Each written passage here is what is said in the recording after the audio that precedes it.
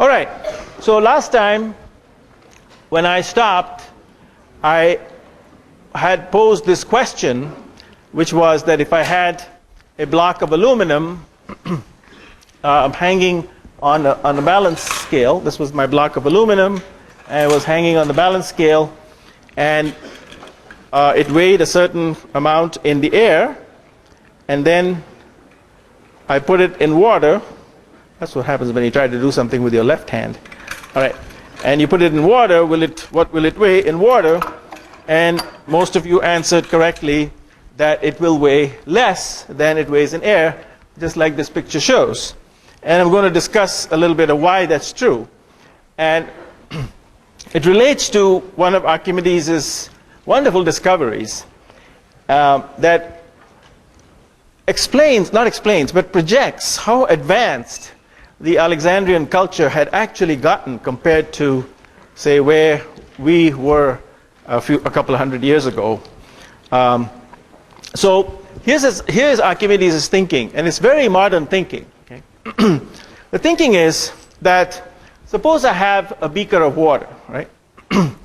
Now, in your mind, imagine a portion from that beaker of water, a cylinder inside that beaker of water, but that cylinder is made up of water only. Okay? Now, does that cylinder move? Up, down, does it move?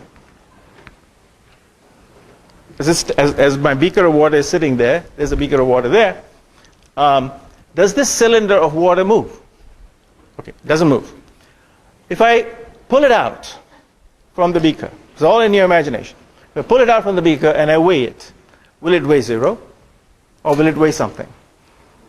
It'll weigh something. So here you have a cylinder of water sitting inside a cylinder of water, but it weighs 0, right? Because in the water it's not moving. In the water it weighs 0. Outside it weighs something. Let's say it weighs 1 kilogram. Okay? So why inside the water it doesn't move? Even though it weighs 1 kilogram, why doesn't it fall? Because if I take a weight of 1 kilogram out here, if I take that cylinder of water out here and I leave it in air, it's going to fall. So the reason Archimedes comes up with, and that's what you call the buoyancy principle. The reason is that this water exerts an upward force of the same amount as its weight to keep that weight completely balanced with 1 kilogram.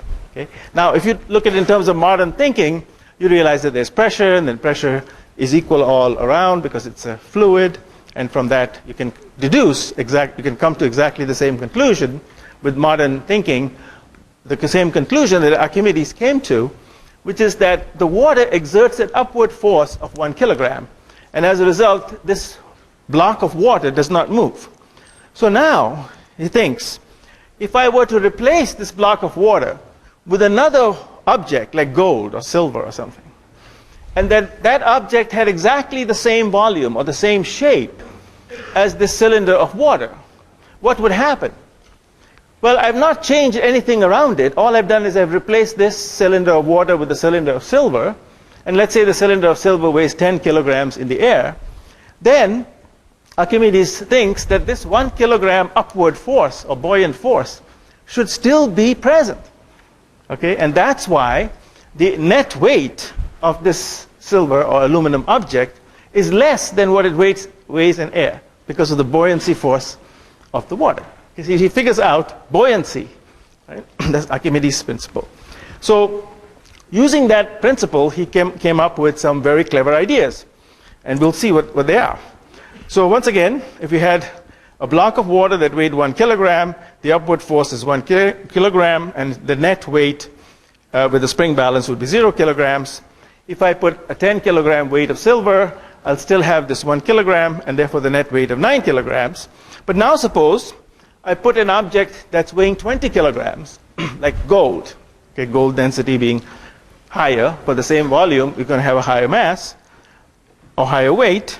And again, the upward buoyancy force will be 1 kilogram, and so the net weight of the gold in the water will be 20 minus 1, which will be 19 kilograms. Okay?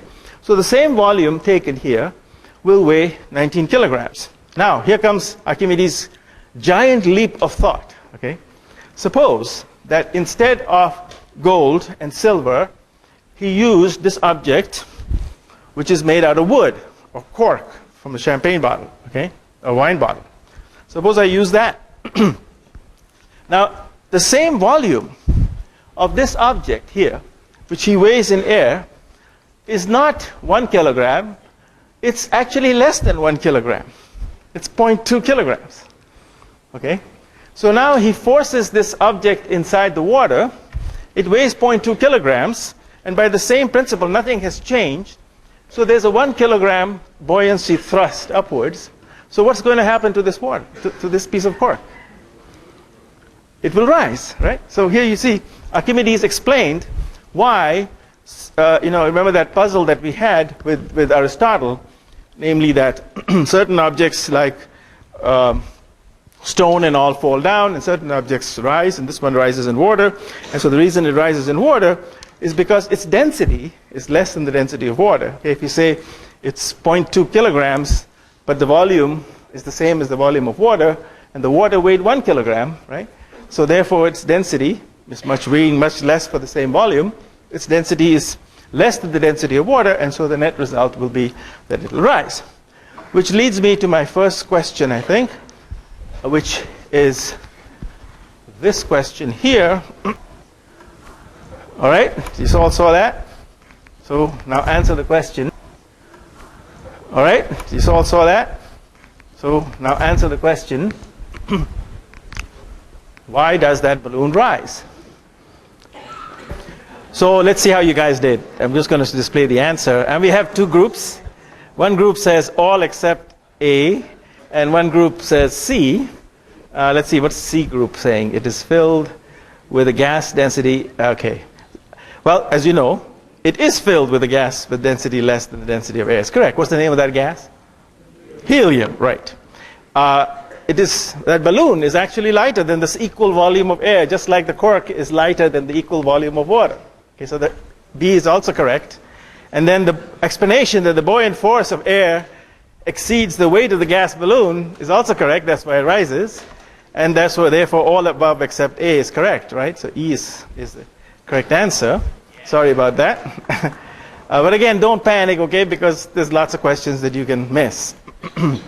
But the focus I had on this question was, can you extend what I just described to you about the cork and the water to helium balloon in the air? So here we are, Archimedes, okay, 200, 300 years before the birth of Christ, almost invented flight. Okay? Flight by balloon, okay, not by airplane. So if he only had a gas that he could put in the balloon, right, and they actually came very close to finding such a gas, he could have had flight. And that's a huge realization of how advanced the Alexandrian culture really was. All right, now I'm going to give you another chance. I'm going to take the similar question. And if you remember last time I did this weight here with aluminum of 7 kilograms. And here in my hand, I have, 7 newtons. Here in my hand, I have steel with about the same weight. But you can all see the volume of the aluminum, and you can see the volume of the steel. All right. And now what I'm going to do is I'm going to suspend the steel on the scale. Get up there. And come on. I just do that. Okay. And it's about 7 newtons, right? So now the question for you is, what will be the result if I put this steel in the water as I had put the aluminum in the water? What will be the result? Okay, so we'll display the answer, and most people got B. So let's do it, okay? So you guys remember what the aluminum block weighed in the water? Well, let's do the aluminum block first, right? It's a tricky question. Okay, so remember this was 7 in the beginning, in the air. And then when I put the aluminum block in the water, it weighed 5, roughly, between 4 and 5, right? And now I put the steel block in the water, and it starts with 7, but now it weighs 6. More. than the weight of the aluminum block in the water, more, right? So, or another way of thinking of it, it lost less weight. Its diet was not as effective. Okay? The aluminum guy's diet was very effective. By the way, what will happen to your weight when you jump in the water? How much weight will you lose? Approximately. All of it, almost. Because you're floating in the water, right? You almost float in the water. So the correct answer here is more than the weight of the aluminum block in the water, which is B, which is what most of you got, right? But as I said, it is related to the question of density. And here again now, instead of taking equal blocks of the same volume, I'm going to take blocks of the same weight, which is what I just did. So if I start with this cylinder of water, and I say that this cylinder is weighing 1 kilogram, and this upward buoyant force is 1 kilogram, and now I use, instead of water, I use, say, silver, but I don't take the same volume of silver, I take the same weight of silver. Okay? Take the same weights. If I take the same weight of silver, I have to remember that because the density is larger, the volume is smaller, which means that the amount of water that it pushes aside is smaller, right? So you have to ask, what is the equivalent weight of this much water? Okay, part of that, half that water, let's say roughly, okay, or part of that water. So I just put a rough guess there, that it only displaced half of this water, and half of that water weighed about half a kilogram, not 1 kilogram. So the buoyant force, because the volume is less, the buoyant force is only half a kilogram. Now, if I take, again, the same weight, okay, 1 kilogram of gold, it's even more dense, okay? It occupies a smaller volume, which means it will displace even less water, and that means the upward force will be even less. Follow? So therefore, the gold, so this guy will weigh half a kilogram, and the gold will lose, let's say, 1/10 of a kilogram, and so it'll weigh 0.9 kilograms, and that's why the steel weighs more than the aluminum, because the density of the aluminum is smaller than the density of gold or steel. So from these ideas, Archimedes came up with a clever way of determining density. Normally you say density equals weight over volume, and you need to measure two things. And Archimedes came up with the idea that you don't need to measure two things. You can just measure one thing twice, namely the weight of the object, but measure the weight of the object in air and measure the weight of the object in water, and now you can tell the density of the object relative to the density of water. Okay, no volume measurements are necessary, because the loss of weight in water equals the weight of the water displaced, okay, because of the buoyancy principles, which is the volume of the object times the density of water. Okay, so now he can figure out the loss of weight in water with this formula, and now if you use the standard formula, the volume equals loss of weight in water. Sorry, volume equals loss of weight in water over density of water. That's from here. Then and density equals weight over volume. You can stick the first weight up there, and volume equals this object here. Therefore, okay, the weight over volume equals weight in air. That's the same here. Divided by, instead of volume, you use loss of weight in water times the density of water. So you can get the density of an object without having to measure its volume. But again, relative to the density of water. All right, so I want to emphasize once more that the Alexandrians had really come quite a ways in their thinking, and later on you had additional technicians, let's say, of Alexandria, inventors. There was a guy by the name of Philo who discovered the idea that if you have a closed volume of air and you heat it up, that it expands, right? So now he also came close to the idea of flying, hot air balloon, right? So what he did was he took this volume of air, he put it in a tube and a little beaker here, and he heated this with a flame, and then the air escaped from here and it bubbled out. Okay, this picture doesn't show it very well. And Hero of Alexandria made another practical application of this, which was very nice. What he did was, people would collect in front of the temple to pray. And so what he had was a little podium here where he would light a fire. And as soon as he lit a fire, the temple doors would open, and people would think, oh God, the guy has got the magic of fire, fire is a god or something. But what basically was happening is that under the temple he had this apparatus where he had the doors on these gears and these chains attached. And when he lit the fire, he basically heated up the air here. The heated air pushed the water out of this cylinder and pushed it into this cylinder, and then into this bucket. And then this bucket of water got heavier, so it fell down, this weight rose. And as this fell down, it spun this spindle, and this spindle spun. And as the spindle spun, the doors opened. Okay? So he had a nice little mechanism, light the fire, and the doors open. Okay? So here he has these wonderful practical applications of some basic principles that heated air expands. And if he had put that together with Archimedes' idea that if you have something that's less dense than air, like heated air, you can use it to rise. Okay?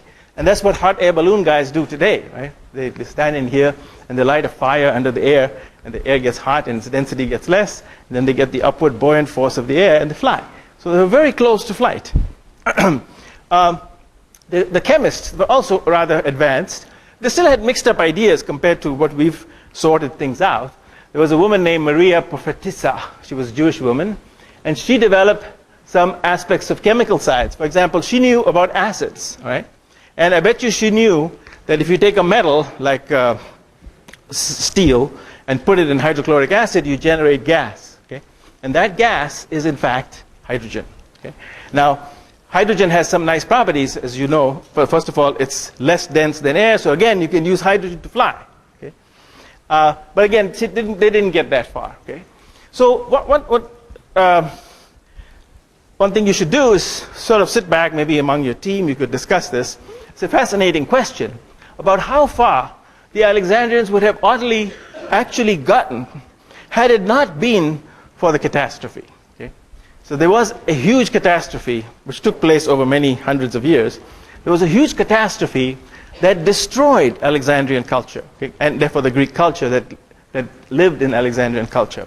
And for those people who travel to Greece, you'll see, right, that their temples are in ruins. This is a particularly nice place on the island off the island of Erice. I think it's in Syracuse, where there's a completely destroyed temple. That's me standing there amid the destroyed temples. Okay, and the point I'm trying to make is that there were many forces that came together to destroy this culture: Christian, Muslim, Roman, etc. And we'll talk about some of these forces that destroyed the culture, but not so much emphasis on destroying the culture, but on basically the ideas then came to a standstill. Okay? And that it took a long time to recover from this disaster. Okay? That long time, by the way, was 2,000 years. Okay?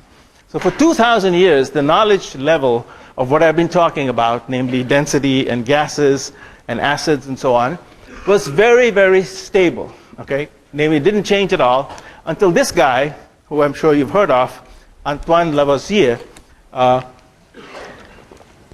He played a big role in the French Revolution. He was a scientist, and before he got executed by the Reign of Terror in the French Revolution, because he was associated with the family of tax collectors. And in the Reign of Terror, they gathered all the nobles who were responsible for collecting taxes, yeah, and chopped off their heads. But before he got his head chopped off, he was a very important scientist, and he made some major accomplishments. But the main idea is that he did now start pushing forward from the Alexandrians. So until this point, the science of chemistry and gases and so on was basically stuck for 2,000 years.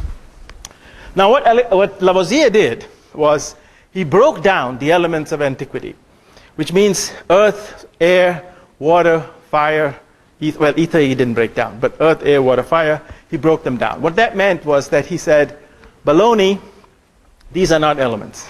Right?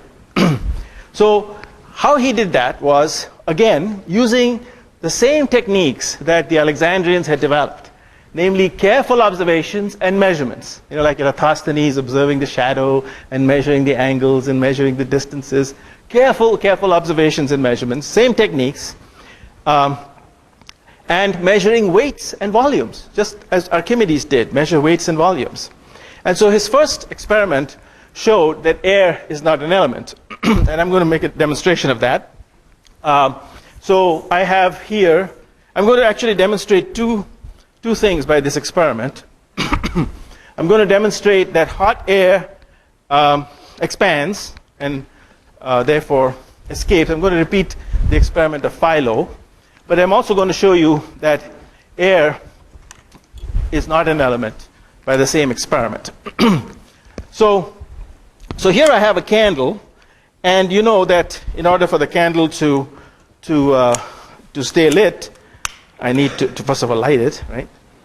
And for the candle to stay lit, it needs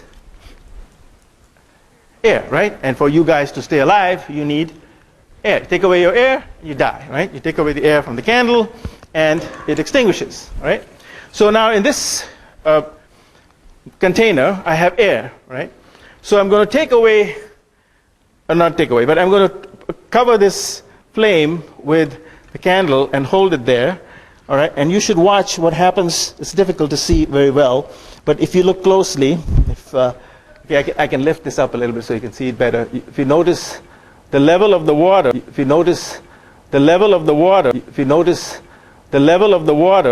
okay, underneath has actually risen up, okay? So what happened was two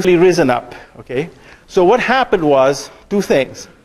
One is that the candle extinguished, even though when I did not cover this, the candle kept burning and burning, right? So what I did was I gave it a fixed amount of air, and the candle burnt and then stopped burning. Okay? The other thing that happened was that the amount of air in here is now less, okay? Now, there's two reasons why the amount of air in here is less, and one of them is the main reason. The main reason is that the candle heated this air, and the heated air escaped from the water, and so when things cooled down, I had less air, and the water rushed up to fill that volume. Now, it didn't rush up all the way, because there's still some air left in here, okay? There's still some air left in here. However, the candle extinguished. So if there's still air left in here, why did the candle go out? Okay, this is now Lavoisier, okay? He says, aha, the reason that the candle went out, even though there's still air there, is because air has two parts to it. There is what he calls the combustible part, the part that supports the burning of the candle, or combustion, and there is the non-combustible part. Air cannot be an element because the gas which supports combustion is gone, the candle ate it up, okay? And the gas that did not support combustion stays there. And so air cannot be an element because it consists of two things. When something consists of two things, it cannot be elementary, right? That's the idea. So air, he says, this is his conclusion, and he made the names. These names were given by Lavoisier. Air, he said, consists of oxygen, which supports combustion, and nitrogen, which does not support combustion.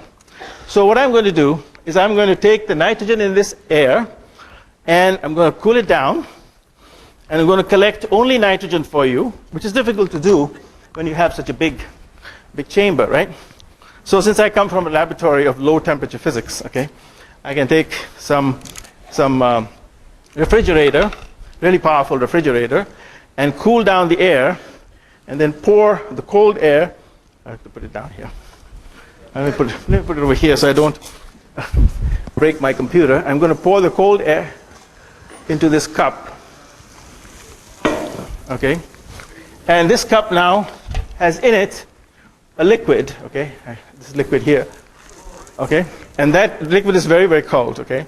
It's it's cold enough that the air in it is liquefied. But I'm telling you now, it's not the air that's liquefied. This is not liquefied air. This is liquefied nitrogen. Okay? So what I'm going to do now is I'm going to do an experiment for you. But first I'm going to ask you a question. That what if I take a match, right, and throw it in there? What's going to happen?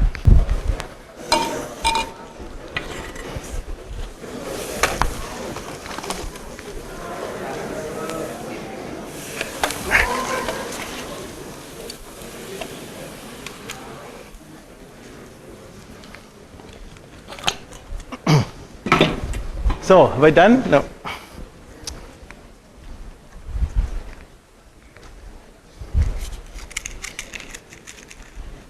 Okay, everybody close your ears. Duck, hide. All right. In fact, but here's something interesting. Let me take this thing here and not actually put it in the liquid nitrogen, but kind of hold it up here. Why did it go out? I didn't put it in the liquid. Why did it go out? Smoke. But what's the smoke? What is the smoke? That's nitrogen gas, right? And what does nitrogen do? It does not support combustion. So this is nitrogen. So now I've separated in front of you. I separated the oxygen and the air from the nitrogen. This stuff up here is nitrogen. Okay. This stuff here is liquid nitrogen, which has some rather interesting properties when it's cold. Okay. Here's some liquid nitrogen. I'm not allowed to smoke in this course, but I can later on come and have some Doritos.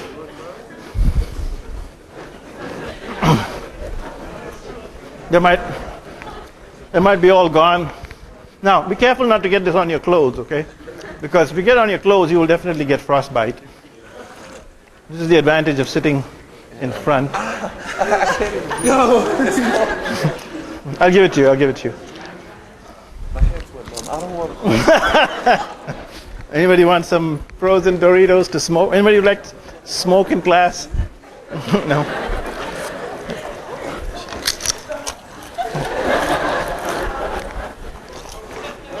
Now, the liquid is very cold. However, I can still pour it in my hand and not burn. I shouldn't pour it on my clothes.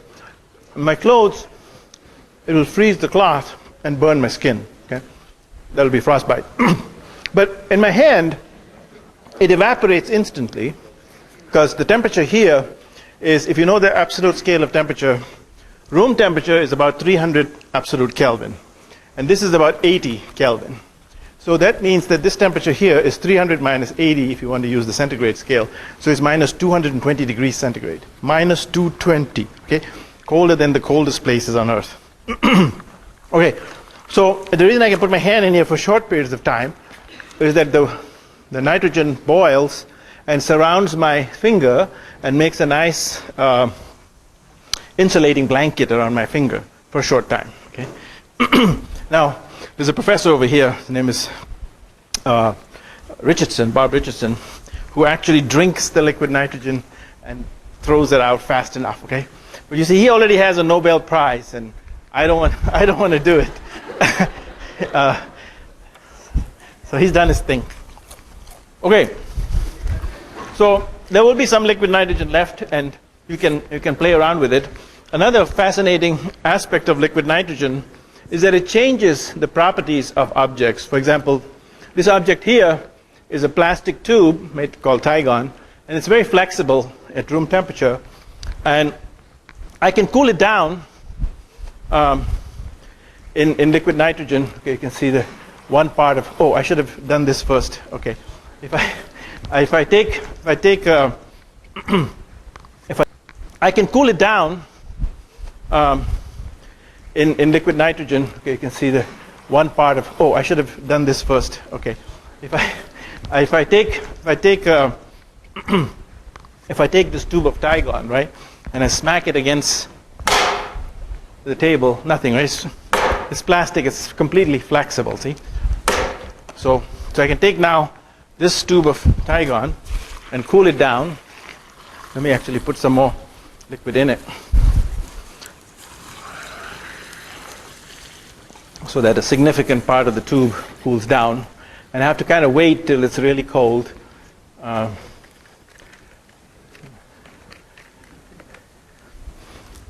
then, okay, it's really cold. I go, oops, not cold enough. Okay, gotta wait for it. Maybe I try the big one. Try the big one.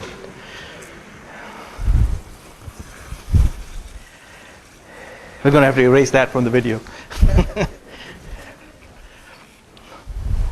All right, there's my liquid nitrogen. I want to make sure. You kind of have to wait till it's fully cold.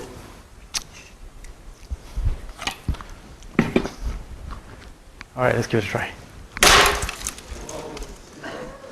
See that?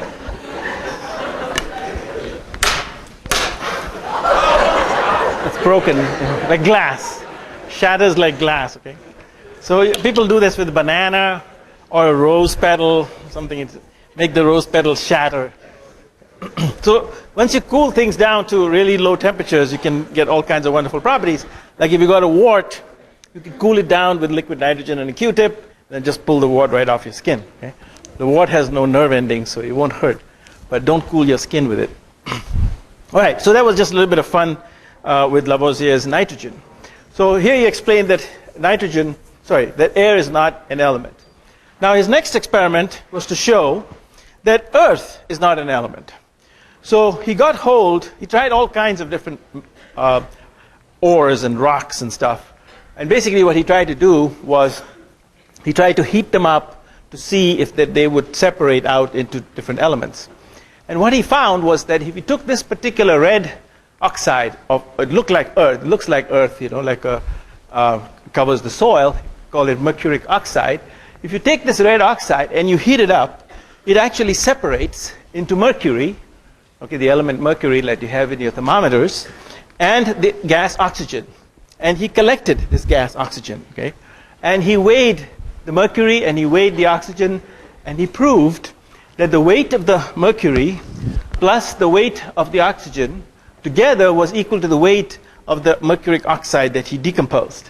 So here you have something that looks like earth, or that somebody would normally call earth, would break down into two other objects, which are mercury and the gas by oxygen. And since the weight of these two sums up to the original weight, this cannot be an element. So earth cannot be an element. These might be elements, okay? This is a picture of Lavoisier doing this experiment of heating up mercuric oxide and collecting the oxygen. And that's his wife, I forget her name. She helped him with all these experiments and took wonderful notes, which still exist, of course. Now, he came to the next element, which is water. And he proved that water is not an element because water can be broken down into hydrogen and oxygen. But by his time, he already had hydrogen, which was called the flammable gas, and he discovered oxygen. So what he did was he combined, okay, for example, hydrogen can be obtained when a metal reacts with an acid. This is something that Maria Prophetissa probably knew about, okay. So he collected the hydrogen and he collected the oxygen from one of his experiments, like burning up mercuric oxide, and he combined these two in a sealed glass container, and he lit that with a match, and there was a nice pop, an explosion. And after the explosion, the walls of his flask were covered with a colorless liquid, which he then tasted and tried it out, and he found that the colorless liquid is really water. Okay? So what he showed was that hydrogen and oxygen together, when lit with a match, combined to form water. And so Lavoisier identified the liquid as water. We're going to mix now the oxygen with the hydrogen all in one balloon. Oh, okay. Okay, and that's what I have in this guy. All right, that balloon looks larger. Well, slightly larger. It's larger because here's what we have to do. I'm going to make a bunch of bubbles in this tray of soapy water. Okay. You are going to then scoop up those bubbles right off the top, get as many as you can, leave the water behind. Okay. And then we'll just add a little flame to it. Oh, all right, so you're going to blow me up, in theory. Now, this could be a little bit louder than the previous balloon, so why don't you go ahead and put the earmuffs on right now. Oh, you were just making me look all kinds of beautiful this morning. Okay. Now, I'm sure you can still hear me. Now, in order to pick up the bubbles, you're going to have to get your hands wet. Okay. So dip your hands down in the soapy You've water. told me to take off my rings already. All the way up to about right there. Okay. Perfect. Perfect. So now what? So now go ahead and take your hands out. Okay. I'm going to make some bubbles in here, and these bubbles are filled with a mixture of hydrogen and oxygen gas. All right. We're going to see what happens if we add a little energy to that from the flame of a match while they're in the palm of your hands. Alrighty. So what I want you to do here in just a second is scoop up as many of those bubbles as you can. Just skim them off the top. I'm getting nervous. Leave the water behind. Okay. Perfect. Yeah, that's nice. Okay. Okay, extend your hands out in front of you. Put your hands flat. Okay. And for everybody later. else in the studio, you might want to plug your ears because in 3, 2, 1. You okay? Yeah.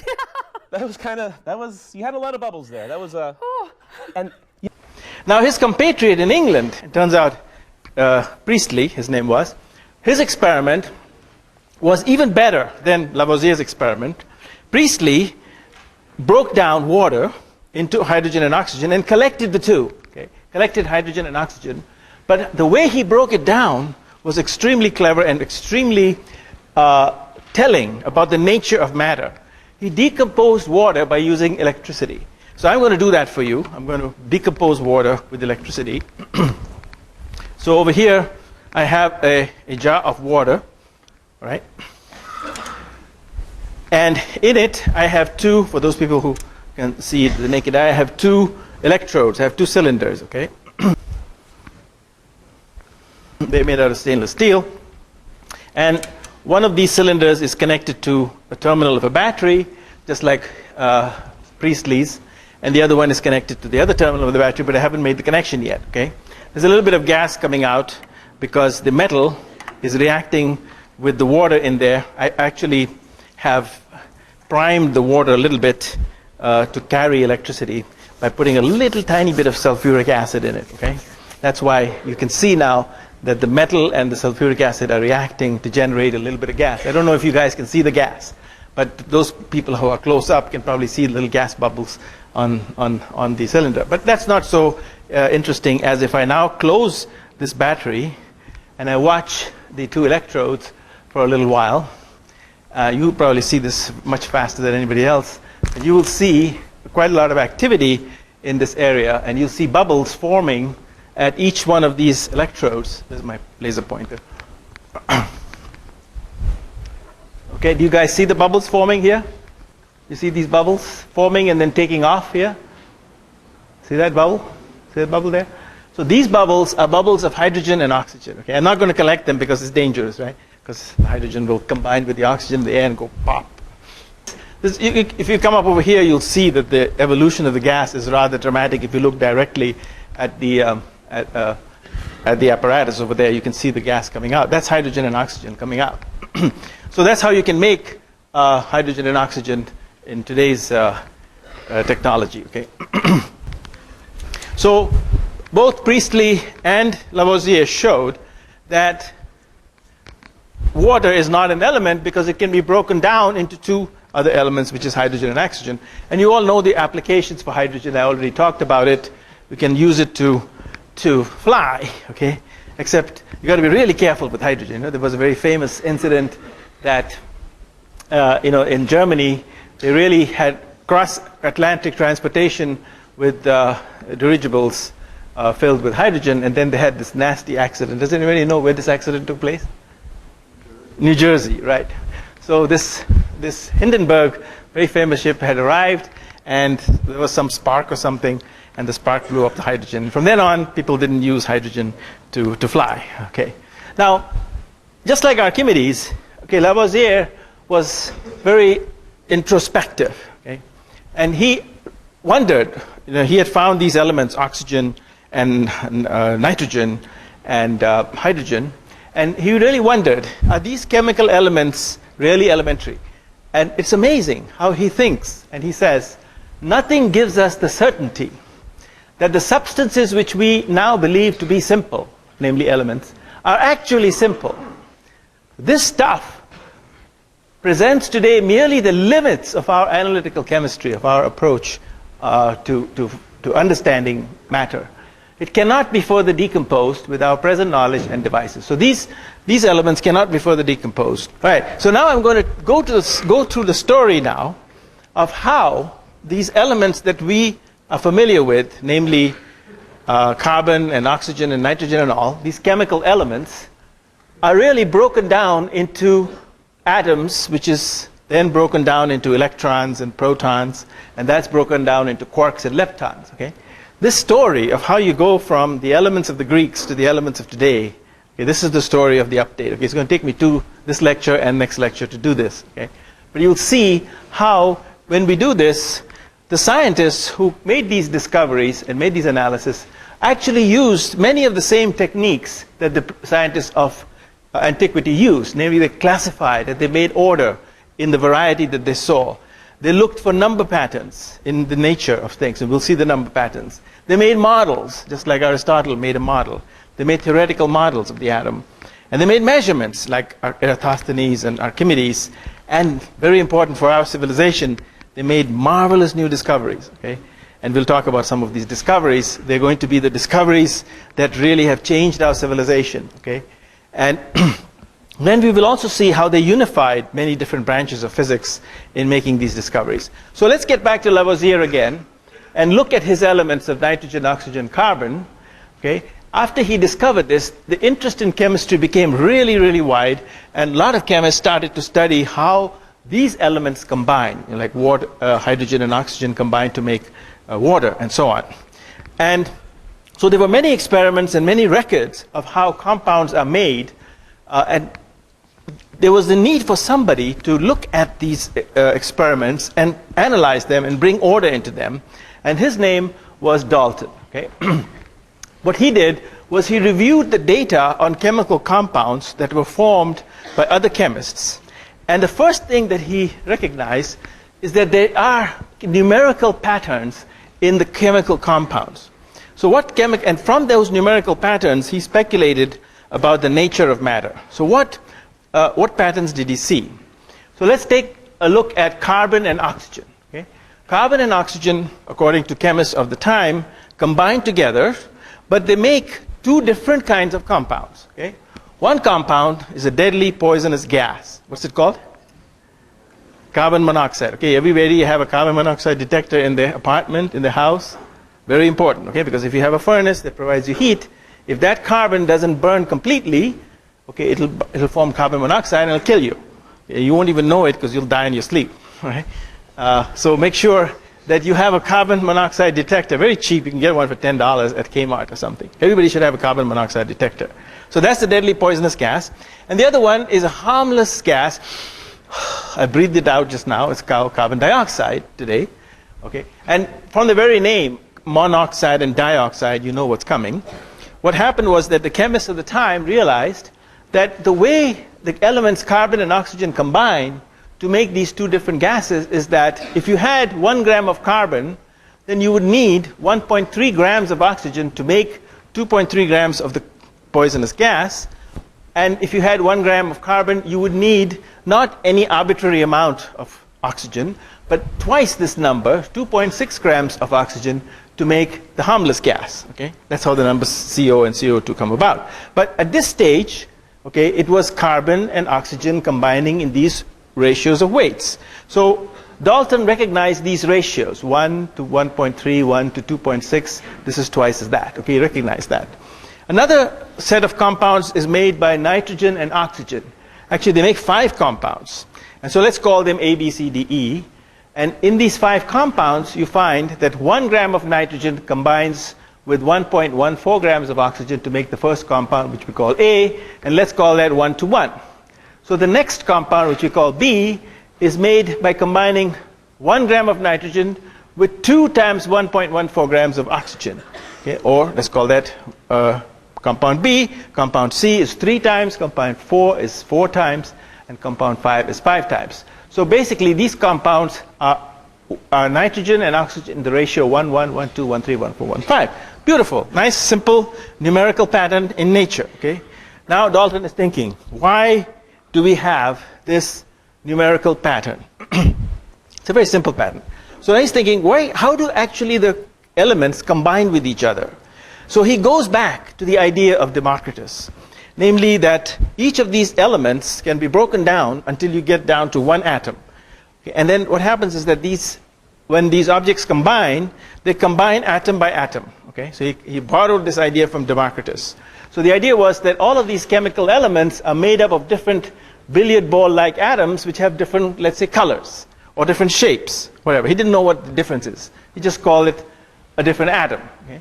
And this is Dalton's atomic theory, which is very similar to Democritus' theory, except it goes one more step. Okay? That the element is composed of identical atoms, and that the atoms of one element are different from the atoms of the other elements, like different marbles. And each element is indestructible, okay, and does not change when you form a compound. Okay? So when the compound substance forms, the rule is that the atoms of the elements combine to form the compound atoms. So you can have nitrogen and oxygen combined like this. One nitrogen combines with one oxygen, or they can combine like this, NOO, or they can combine like this, NOO, or they can combine like this or like this. Even in this pattern, this is actually Dalton's drawings. And so if you make a symbol for these elements and you color them differently or you make different symbols, one would be, it's interesting that he actually drew a circle with a point in it. Right? If you look down history as to what the atom is composed of, it was really amazing that Dalton used that symbol for the hydrogen atom. Okay, but that's what he used. And 2 would be a different kind of atom, or instead of a different color, and so on. And then when you combine 1 and 2, you get a compound. Okay, or you can combine 3 of them. Okay, you get a compound. And so you have binary, ternary, and quaternary compounds. And here again, just like Lavoisier is thinking forward into the future, is that can we ever see these atoms? He says, this existence of these ultimate particles can scarce be doubted. He says, I'm sure they're there. Even though I can't see them, I'm sure they're there. Like Democritus, yeah? Sure there with the eye of his mind that he can see the atoms, okay?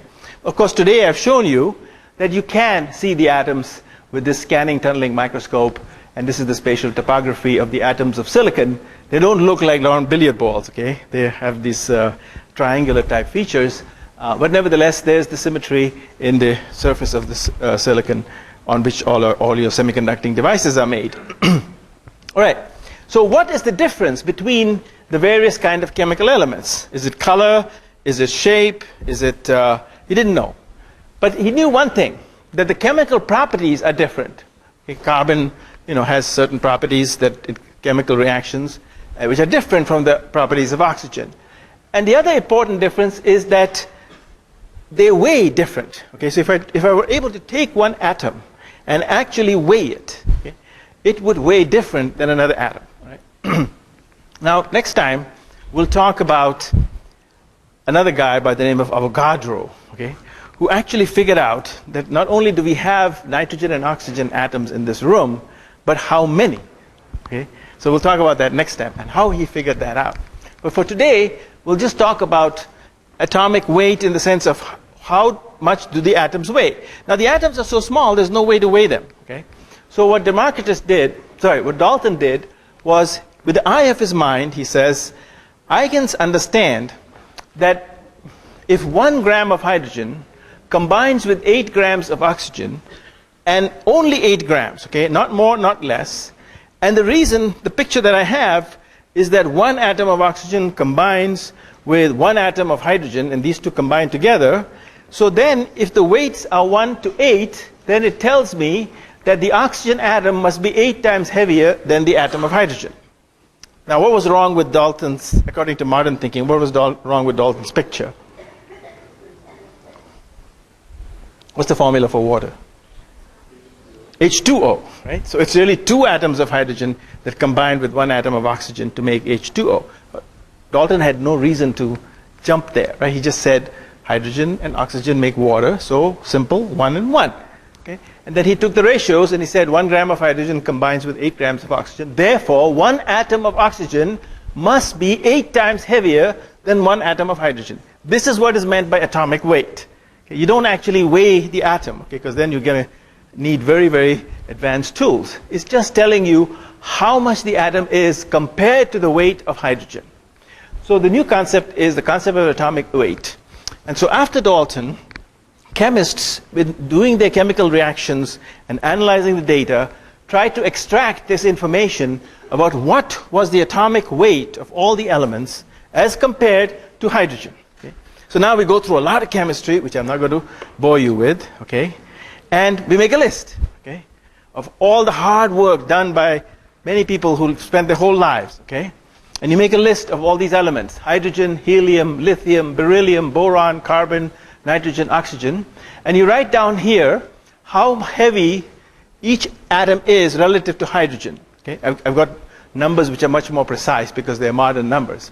So if hydrogen has a weight of 1 in any unit, which I don't know, then helium has a weight of 4, and lithium has a weight of 7, and beryllium has a weight of 9, and here's oxygen. Oxygen has a weight of 16. Okay, not 8. Okay, Dalton missed it because he had 1 combining with 8. It was really 2 combining with 16. 2 combining with 16 is like 1 combining with 8. Okay? So he had it wrong, and future chemists fixed that. But here you have a table. Okay, you have variety in nature. You have all of these different elements, and you have one property, which is their atomic weight, and you can put them in order. And when you put them in order, you can give them a number, 1, 2, 3, 4, 5, 6, 7, and you can give them a symbol, H for hydrogen, Li for lithium, etc. Now this guy, Dmitry Mendeleev from Russia, he saw this long list of 50 elements with all sorts of chemical properties, and he said, what's going on? It's a mess. I need to bring order into the mess. The same kind of approach that Aristotle took. Okay, fire, water, or ether, air. It's a mess. So he tried to put that mess into order, and this is the order that he came up with, which is called the periodic table. Okay. Now, the great fact about this putting things in order was that, I'm going to explain this order much more, but when he made this order, he found that certain elements, certain places in this order had no elements. And so he said, if things can be ordered this way, there must be an element that fits here. There must be an element that fits here. And these elements were, in fact, discovered later. Okay? But I will come back to that. So how did he classify them? So you can see the classification, right? He's got columns, 1, 2, 3, and so on. And he's got rows. Okay? And why did he do that? So what he did was he put the elements in groups. Okay? And the way he grouped them was he said, let me group together all the elements that have similar properties. So the easy one is the gases, helium, neon, argon, krypton. Okay? We didn't actually know about krypton. But anyway, helium, neon, argon. And he knew that the properties of these gases are rather similar, in that these gases don't want to react with other things. They're in fact called noble gases because they don't want to mix with the other elements. Like nobles don't want to mix with the low-class crowds. Okay? So these are called noble gases, and they have all similar properties.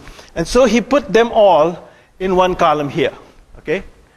And then he looked at the elements hydrogen, lithium, sodium, and potassium, and he realized that they're very reactive. Okay? If you take a piece of potassium and put it in water, it's going to explode. All right? Yeah. Ready? Yeah. Similarly with sodium, okay, and lithium.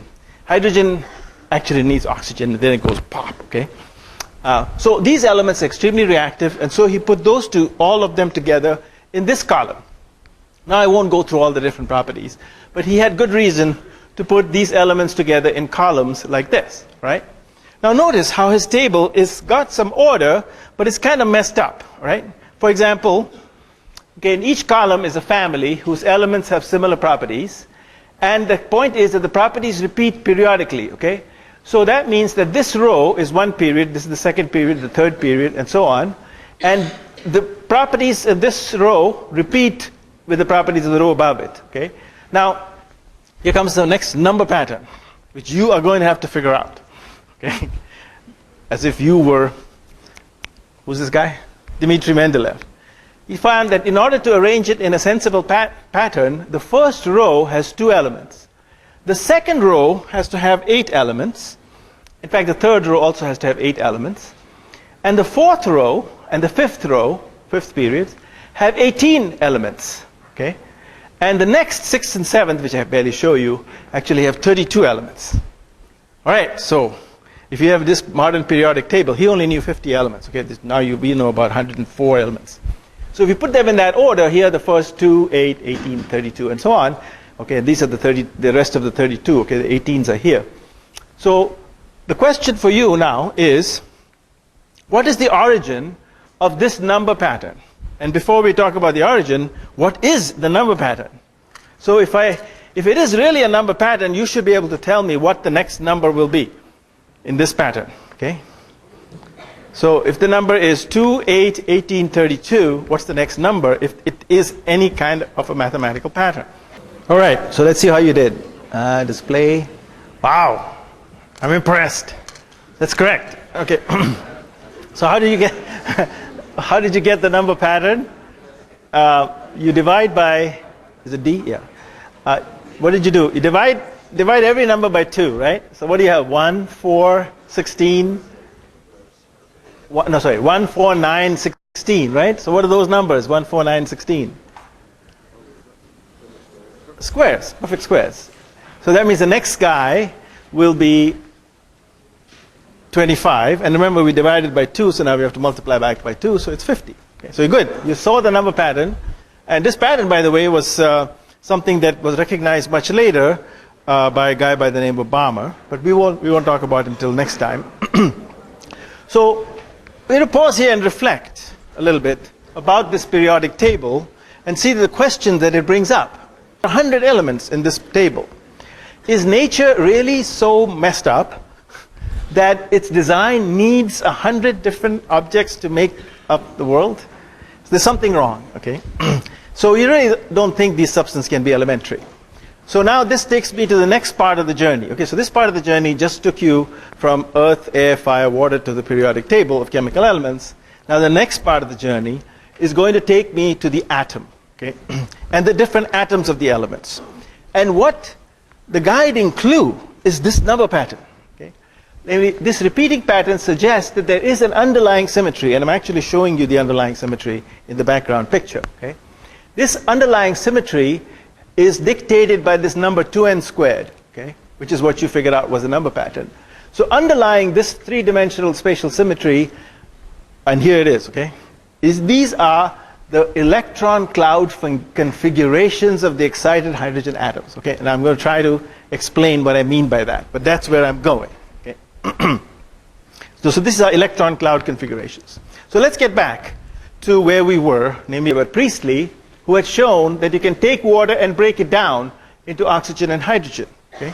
And how did he break it down? He used electricity. Okay. So he therefore came up not only with the idea that water is not an element, but with another very important idea, that electricity decomposes water. So if electricity decomposes water, maybe these chemical compounds, when they form, like hydrogen and oxygen, when they form, they are bound together by electricity. Okay? Electricity plays a big, big role in the atomic theory. Okay? So hydrogen and oxygen are bound together by the electrical force. Now it turns out that, as you know, it's not HO, but H2O. And the reason is that it's not hydrogen and oxygen that are bound together, but hydrogen and OH that are bound together. Okay, so the H, okay, H plus is really O, I'm sorry, O is really OH. Okay, so H and O are bound together into H and OH. Okay, H and OH, and that makes your H2O. So what we did was we applied an external voltage, like we did over there, to break that bond. And when I broke that bond, hydrogen flowed to the negative terminal, and oxygen flowed, OH flowed to the positive terminal, and then I got hydrogen out here, and I got oxygen out here, and I separated it. Okay? So now comes the question. If there is a charge on this atom, and there is a charge on this atom, how is that charge distributed? Okay? Is it all inside? Is it spread out evenly? This is the big question. Where is the charge? For example, the atom of oxygen is 8 times heavier than the atom of hydrogen, so it probably has 8 times the charge. That's a good guess, okay? Probably has 8 times the charge. And where is this charge? Okay, this is a modern picture. Where is the charge of the hydrogen atom? Okay, I'm sorry, of the oxygen atom. So that came out from, again, another whole branch of physics, which we'll go through very quickly. Okay? And the first part of that was to actually separate the charge out of the atom. Okay? Now, the fact that charge can be separated from matter is something that people were very familiar with, and you're familiar with every time you you walk across a rug, right? And you build up a charge, and you touch the doorknob and spark, right? You get a shock, or you shake hands with a friend and you get a spark.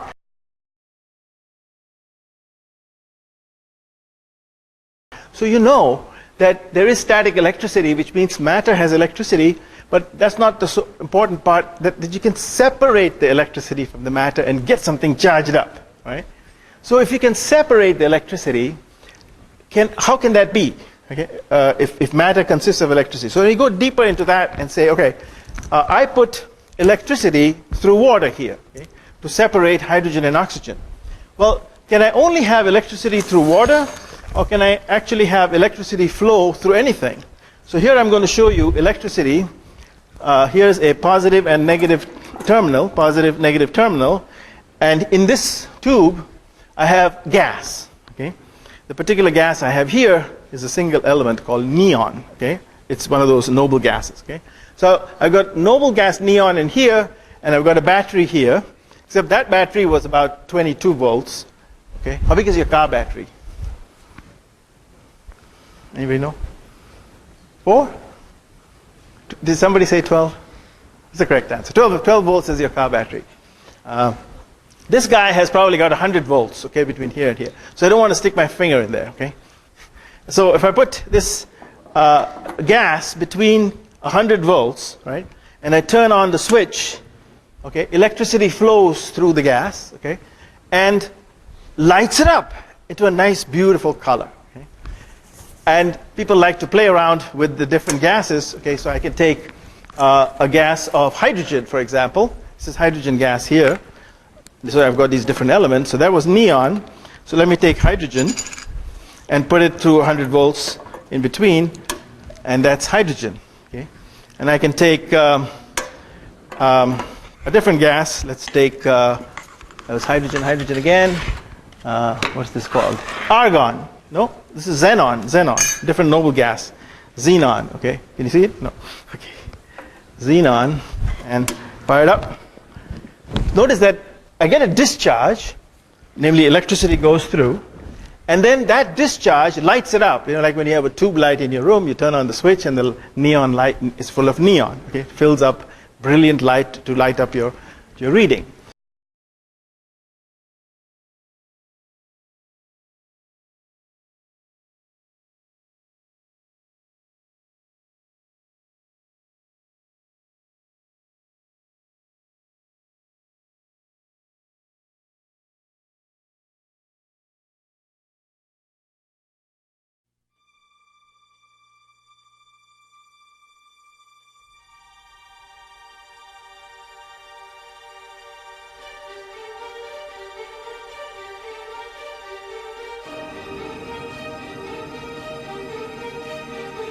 And so the people who worked at the time on trying to break down the elements said, if I take electricity and pass it through a gas, I can get these brilliant lights. And then they had the idea that what if I take the gas out little by little, but I get something interesting? So as they took the gas out, the light became faint and faint and faint, until at the very end, when almost all the gas was gone, there was essentially no light, unless there was no light in here, unless you put a phosphor outside. But more importantly, you put a phosphor outside here, and then it lit up. Okay, that means something was still going through here, and you knew that something was going through here, because if you put an object in here, no gas, just an object in there, you pumped all the gas out, and you fired it up with a high voltage, you got a shadow of the object. So something was going through the tube. This is called a cathode ray tube. Something is going through the tube and casting a shadow. Where do you guys have cathode ray tubes? In the computer terminal, if it's a big one, not like yours. Yours is an LCD terminal. Or if you have a monitor in your TV screen. Okay, that's a cathode ray tube. And there's something going through here. We don't know what it is, but electricity still flows through from negative to positive. And the explanation of what was going on came from this guy, Thomson, who said, his name was, I forget what the J stands for, John Joseph Thomson, that if you have a cathode ray tube, it makes an object shadow. And what's going on here is very simple. You've got the gas when you have a lot of gas, okay? And when you put this high voltage, you strip something out of it. You strip the electricity out of it. And then that electricity stimulates the other atoms. And when it stimulates the other atoms, they light up. And that's what you saw there. There's the lighting up of all the different atoms. But when they're all gone, you'll have just electricity. You'll just have electricity flowing through. Okay? And now he was able to figure out what the properties of that just electricity was. And I'm going to show you a movie of an experiment that he did, okay, which will illustrate the properties of the electricity. It's a very important movie. I'm going to run it. what he has was this cathode ray tube and something going through, some rays going through whose properties he didn't know. Okay? So what he did was he first put charge on either side of it and he deflected that ray, and he could see, if he had a phosphor here, a pinpoint of light move up and down depending on the charge. Then he put a magnet around it and he could also deflect it. So this electrical ray which was going through could be deflected by electricity or by magnetism. And he knew enough about the equations of electricity and magnetism, which I won't go through, to show that if the electric force and the magnetic force could balance each other to give you absolutely no deflection, he could figure out, I'm coming to the punchline, just 1 second, he could figure out what is the mass of this thing that's going across. Okay? And what he came up with is that the mass of this object that's in the ray is 1 divided by 2,000 times less heavy than the hydrogen atom itself. So you have the hydrogen atom, which is supposed to be the lightest element, and now he's got rays of something which are 2,000 times lighter. And there you have your electron. Okay? That's the electron. That is what you guys are using all the time. Okay? This is the electronic generation, all from Thomson.